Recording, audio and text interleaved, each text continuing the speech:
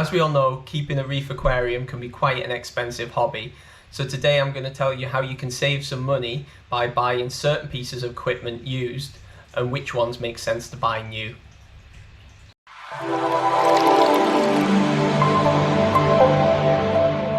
So I've been keeping reef aquariums now for several years and I've saved a lot of money by buying used equipment.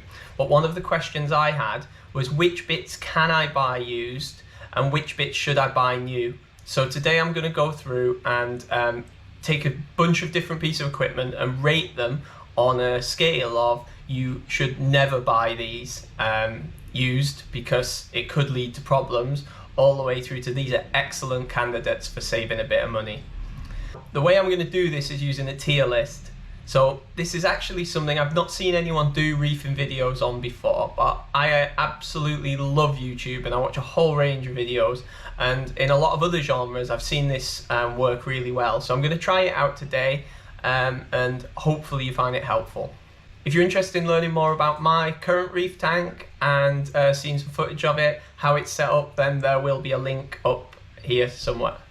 Okay, so quickly just before we start, let me explain how this will work.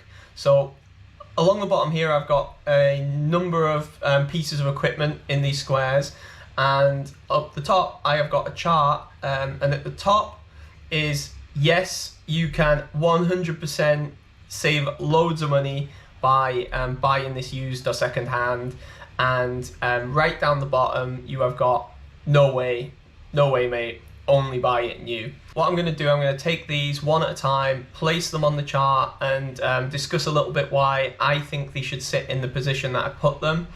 Okay, so let's get started. So I'm going to start with what I think is a really easy and obvious one. So I'm going to take heaters and I'm going to stick it down the bottom and say this is only new. So I'm in the UK. Heaters are absolutely critical. If you don't have a heater, your tank is never going to be warm enough to keep a reef happy. You know, I mean, just look how cold it is outside. So the thing with heaters is they are often made to be as cheap as possible. They don't last particularly long. You hear a lot of stories of heaters failing, so failing stuck on and overheating tanks and killing everything in it. I guess the other situation would be that they actually fail and don't keep the tank warm, which is also really bad. So the consequence of a heater going wrong is really quite severe. Even if you look at the warranties on them, they're not made to last very long, and they're also not one of the more expensive pieces of equipment either, so the saving by going for one of these second-hand is not so big, and you know really don't know how old it is. It could already be quite old and possibly quite close to failing. So for me, don't even consider heaters second-hand, just buy new. Okay, so let's take one at the other end of the scale. Okay, so I'm going to take lights and I'm going to put this right up the top here. So for me, light is a great piece of equipment to buy used. So lights can be really expensive for a reef tank, and I feel it's quite easy to tell what kind of condition the lights are in. So for sure you don't know quite how hard they've been running for how long, but you know, you can quite easily check, particularly with LED lights, are all of the LEDs lit, and you can look for like melting or discoloration on the lights. Also, and this might be really contentious, and I didn't mean to get to such a contentious point so early in the video, however, I'm not totally convinced that lighting technology moves on quite so much. At the end of the day, our corals need a certain light intensity, you know, spectrum, length of photo period, and, you know, a good spread. But I don't necessarily think you need the latest and greatest lights to do that. There's a lot of really, really good lights out there that might be a little bit older. They've still got plenty of life left in them. And you can really save you know, huge amounts of money. Something, one of the first things I looked at for buying used, and if I was setting up another tank in the future, again, it would definitely be something I would be looking to buy used. Okay, so next, let's go with the aquarium itself. Okay. So I'm going to leave this there for now. So in terms of the aquarium itself, this is a difficult one because the aquarium is usually one of the most expensive things. Maybe, you know, I know the lights and things add up, but the aquarium itself can be really, really expensive if you buy it new. It's also like super critical because, you know, if something goes wrong, you know, it can flood your whole house, and the costs of this could be huge. So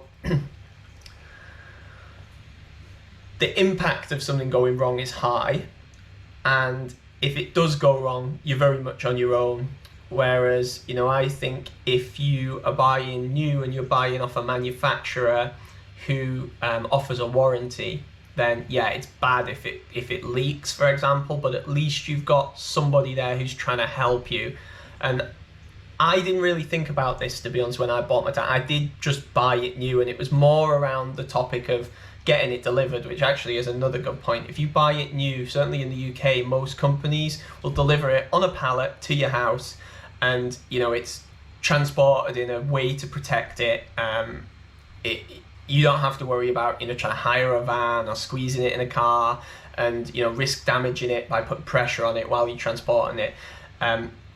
You know, the vendor or the manufacturer handles this and gets it to you. So that alone for me is a really good reason to buy it. But then when you consider the warranty as well, you know, I think it's pretty good. And I didn't think about a leaking reef tank, but if you've seen my recent videos, you will have seen the issue I had with my sump leaking.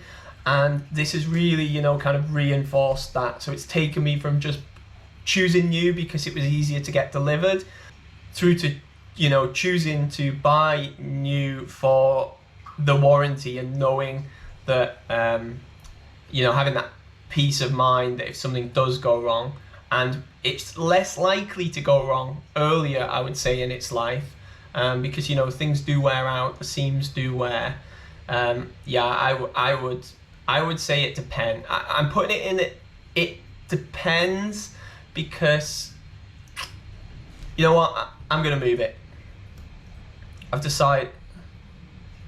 So, you know what, I've decided I'm moving this one because I would say aquarium probably new. And the only reason I'm not saying only new is because I know how expensive aquariums are, and if you can't afford to buy new, then I would say, you know, like, you should go and get a used one because, you know, you don't want to be excluded from this hobby just because you can't afford a new tank. So yeah, but given the choice, if I could, I would definitely buy new aquarium. And also, if I was to buy one of the Red Sea Gen 2 reefers right now, I would definitely be taking out the extra warranty. Saying that, I don't actually know how much it costs, but I still think it'd be a really good idea. Okay, so next one, let's take return pumps. So I'm gonna put this one here. So yeah, I'm gonna put this in probably new. And the reason for this, it's a bit like going back to the heaters. This is a critical piece of equipment in our tank. You know, if the return pump fails, then you are not circulating your water, and therefore it's not being heated, and it could remove a whole chunk of your filtration. So that's less important maybe than the heating, but it's kind of the heart, if you like, of your system. It pumps everything through, and again, you don't really know how old it is if somebody's selling one used. If it fails, would you even know it had failed? Potentially not. Obviously, if you're there, you'll probably hear, if it's like the Red Sea Reefer like I've got, you'll hear it gurgling, but you might not notice if you're not around, and it could have quite negative impacts on the tank. So for me, this is a piece of equipment that is probably best bought new. Okay, so now let's look at another type of pump. Let's say wave pumps, so wave makers. I would say this is a clear candidate again for buying used. So these are not super critical pieces of equipment. If one fails, so usually we'll have more than one in the tank, right, in most cases, and if one fails, then not such a big deal, really. Again, wave pumps can be just so ludicrously expensive. I sometimes wonder how they are so expensive, to be honest. I mean, the seals on them could break down, so they could be closer to starting to corrode, but I do think you can kind of look out for this a little bit. You know, there are lots of other videos out there that show you kind of how to check or how to keep an eye on them. You know, you're never going to quite have that same peace of mind as if you buy new, but the level of cost saving that you can get by buying used, I think is great. Now, out of the 3 wave makers on my tank, all 3 were bought used. I have replaced a few parts on the gyres, and I kind of knew going into this, actually on the second one I bought, I knew it was there were going to be broken parts because it was sold as needed, it was like for spare parts, but it was still worthwhile. Really big saving for me to buy that broken, and I was taking a bit of a chance, but then you know, the parts are quite readily available from Max Spec, and yeah, I swapped out the parts that were needed. So for me, wave makers definitely somewhere you can save a lot of money by buying used. Good one for this. Just quickly, while we're on this, I don't know why nobody has made magnets encased in clear plastic. If you're a wave maker manufacturer or wave pump manufacturer out there, I think you're missing a trick here. If you coated them in like transparent plastic, then we could see if any of the seals had broken and if it was corroded. This is actually something I've seen on one of the aquaprint products. So my seaweed feeder, I asked for it to be made in a transparent plastic, and it makes it really easy to see the condition of the magnet inside. So yeah, I think you know, you may be missing a trick here. Okay, so the next one is, let's look at testers next. So by testers, I mean test equipment. So we're talking like Hannah checkers, refractometers, things like this. Anything that we use to check up on, you know, to test our aquarium. So again, I'm going to ask kind of how critical are these? And for me, getting an accurate test result, or at least a repeatable one, is kind of quite important, really. But again, you know, you can check against the standard or something to see if it's going bad. I'm going to say testers, I'm going to put it depends. And the reason I'm going to put this here, you know, maybe it could actually be higher, to be honest, like higher up the chart, so it could, but you could probably buy these used. The only reason I'm putting it here is it depends. Out of all the testers and checkers I've bought, I've never bought any used, and that's because the saving I would have made by buying them used, so say a Hannah checker, I don't know, I'm guessing here maybe £60 new. If I was to buy one second hand, I'd maybe be looking at 45, and for me, that peace of mind of knowing that, you know, it's got the warranty, it's new, so it's in the condition it should come from the manufacturer, then for me that saving just isn't really enough to take that additional risk. So I wouldn't be too worried really about if somebody came and gave me a checker that was used. I wouldn't be worried, but when I'm faced with the decision, I've always previously gone for new testers, and that's why I'm going to put it in the it depends. I've actually had, just before we move on, I've actually had one of the checkers I bought as well have a problem, and it did need to be swapped out. So yeah, for this reason, I'm going to put testers in it depends. Okay, so I think next let's take the aquarium monitor and aquarium controller. So first, before we do that, let's talk about the difference. So for me, an aquarium monitor is something like a KH Keeper, or is it a Salinity Guardian? I think they call them now, the new salinity monitoring ones. Maybe a Senai device, or an Apex that you're not using for control, but I'm not sure why you would maybe do that. Sounds quite an expensive solution. But these are things that you're using to monitor your tank parameters or something, but you're not acting directly on them. And if you haven't seen my video, by the way, on like preparing a reef tank to go away on vacation, where I talk quite a bit about power loss. I think one of the most important things to monitor on an aquarium is if the power's lost to it, because this can just be a tank ending scenario. Anyway, let's not get into that right now. So that's an aquarium monitor. An aquarium controller would be something like an Apex, where a Neptune Apex, where it will directly take an action, or I think like the Inkbird controllers or DD temperature controllers, something like this, where you know, if it detects something out of range, it's then going to act to like turn off the heater, turn on the fans, and I would say that these are more critical if they go wrong, because they can actually make a decision, whereas the monitoring, I'd say, is more important to have, but if it goes wrong, it's less critical. So for that reason, I am going to put the aquarium monitor as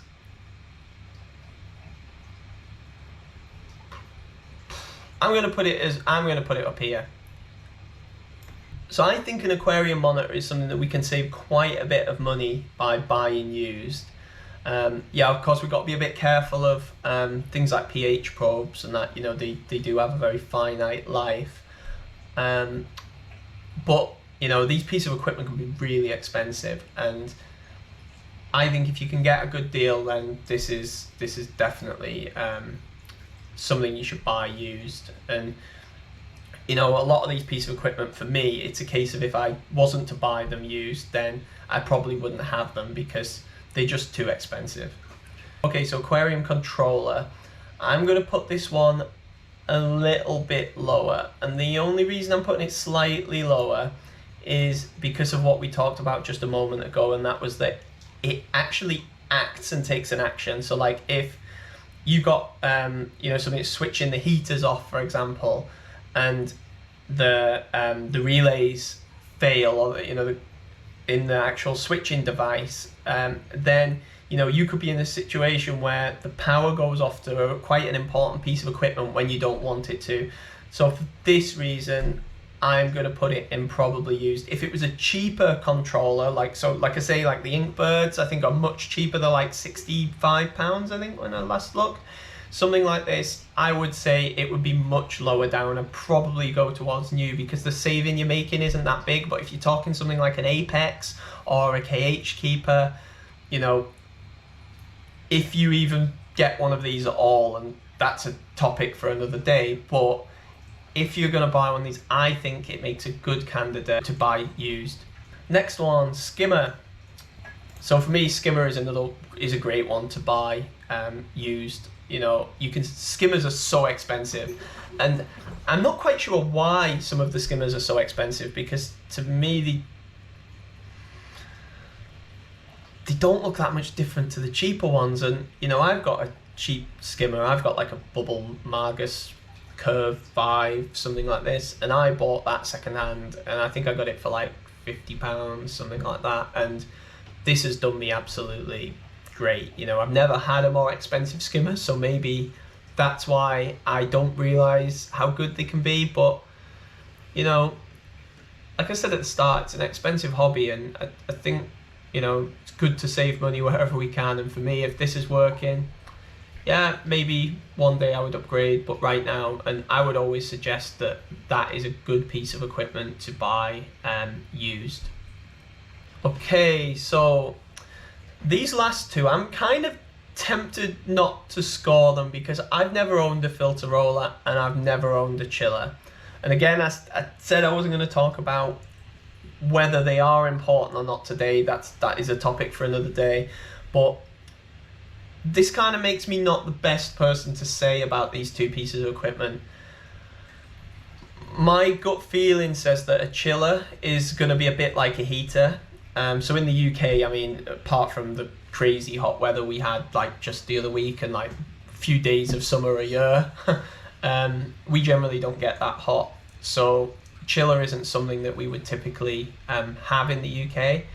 And I understand that these are more common maybe in Australia or something, or the US if people don't have, you know, AC. I don't know. I'm just going to take this one. I'm going to treat it a bit like a heater, but I'm going to say, you know, I could imagine if you were to live in like the US and you've got aircon, which sounds like it's quite common for a lot of people. At least a lot of people keep in reef tanks, and then my expectation was, I don't know, maybe you do run your aircon at 25, but like that sounds really, to an English person, that sounds like really hot. I would expect it to be at like, I don't know, 20 degrees, 19 degrees. Yeah, I'm talking Celsius here, so I'll put the Fahrenheit on the screen. I would expect you're still going to need heaters, right? But so how often does your chiller work, you know? Now, I mean, I guess if you're down in Australia and, you know, you're running without AC, then, you know, chiller's going to be so important. And in that case, I'd treat it like a heater. Yeah, I don't know. You guys, any of you guys with chillers, you know, you tell me where you would stick this one. I'm not sure. Okay, again with filter roller.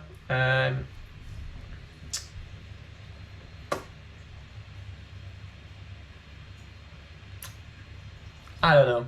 I'm not gonna put this one on. I don't have enough experience. I'm gonna leave this one down the bottom. You guys tell me, where would you put the filter roller? I'm not qualified to make this decision. Okay, and I've just realised the one I am missing here is actually a doser. So I will be back in a few minutes with doser, and we will get that one on. Right guys, I'm back and we've got doser on here now. So this is another one for me, straight up the top really. I bought my doser secondhand. I think this is a no-brainer really. Dosers, again, so expensive. I think that these pieces of equipment you can get secondhand, and actually, you know, they're pretty good. The only thing I'd watch out for, in fact, I'm going to drop it down one, and I'll tell you why I'm dropping it down one level. This is because a lot of them require an app now, and the apps aren't supported forever. So, yeah, potentially you could end up with a piece of equipment where the app doesn't work, or you might not get quite as long out of it, and, you know, things can wear out. So I'd probably put this one down, but I'll tell you, I bought my doser secondhand. I think you're seeing a trend here. I bought most of my equipment secondhand, and why not? I mean, you can save loads of money. Yeah, there's certain things that you know, like you can see on here, that I believe should be bought new, and I did buy new. But, you know, particularly with more experience, and I hope this is getting wiser and not sillier, I have bought a lot of my equipment secondhand. So there you have it, guys. This has been quite different, and I think this is like a new thing to reefing videos all round. So you know, I'm keen to know what you thought of this video. I've quite enjoyed making it. You know, like I say, I love watching these type of videos on YouTube anyway. So if you have enjoyed it, then, you know, consider leaving a like. This actually gives me a bit of feedback that you have enjoyed it. I'm gonna say if this video gets to 30 likes, then, you know, I'm much more likely to make another, let's call it a tier video like this, because I've got a few other ideas.